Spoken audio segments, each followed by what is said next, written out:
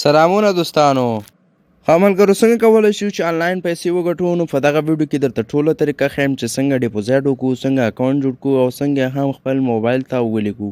نو په دغه ویډیو کې درته ټوله طریقه ښیم. د ویډیو شروع کول نه مخکې یوه کوچنۍ غونډه غوښتنه درنه کوم که چېرته زموږ چینل کې نوي یاست نو زموږ چینل درسره سبسکرایب کړئ او د بیل آیکن تڼۍ سره کېږئ تر څو هره نوې ویډیو تر تاسو پورې در ورسیږي او همدارنګه دغه ویډیو د سره لایک کړئ. ما تاسو ته په ډسکرپشن کې ملګرو د یو سایټ لینک درکړی وي، د هماغه سایټ لینک باندې به کلیک کړئ او نور راځئ ټوله طریقه درته په دغه ویډیو کې درته ښیم. نو د سایټ لینک په ویډیو په ډسکرپشن کې دی، راځئ د ویډیو په طرف.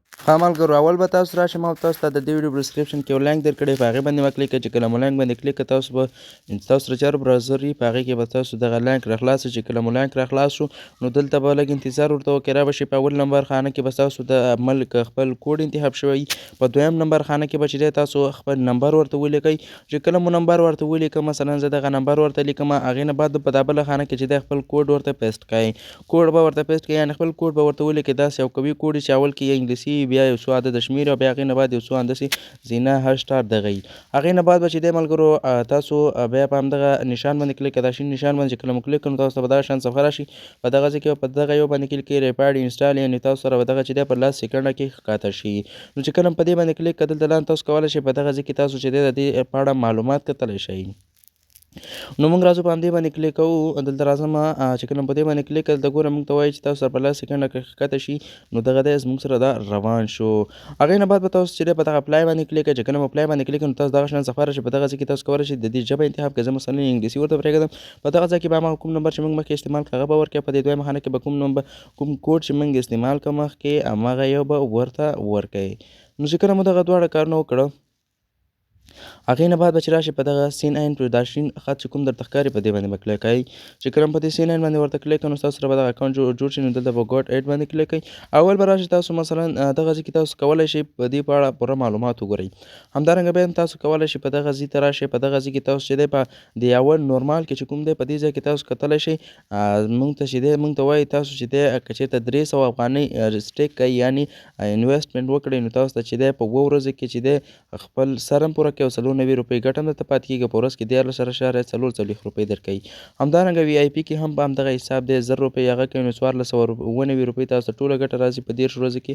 او همدارنګه په ورځ کې 49 روپۍ درکوي. اکټیویټي ته چې کله تاسو راشئ دلته تاسو ته 15 ورځې انعام 10 افغانۍ هره ورځ درکوي.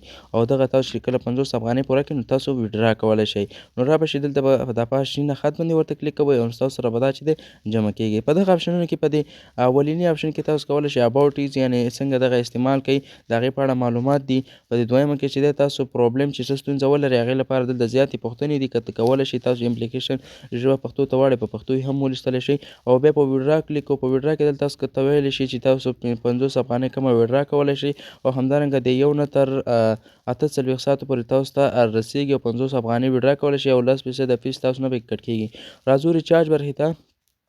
په ریچارج برخه چې په 4 نمبر باندې کله کلیک وکړو دلته تاسو کولی شئ چې 300 نه زیاته پانګونه وکړئ خو 300 نه کمه نشئ کولی. مثلا زه ورته 300 لیکم. هغې نه بعد مو چې کله 300 ولیکه په دغه لاندیني شین خط باندې ورته کلیک کړئ. چې کله په دې باندې کلیک کړئ نو تاسو به لږ انتظار وکړئ. تاسو سره به یوه بله صفحه راخلاصه شي. مثلا تاسو سره به دغه شان صفحه راشي. په دغه ځای کې تاسو څومره هغه کوئ مبلغ ورته ولیکئ.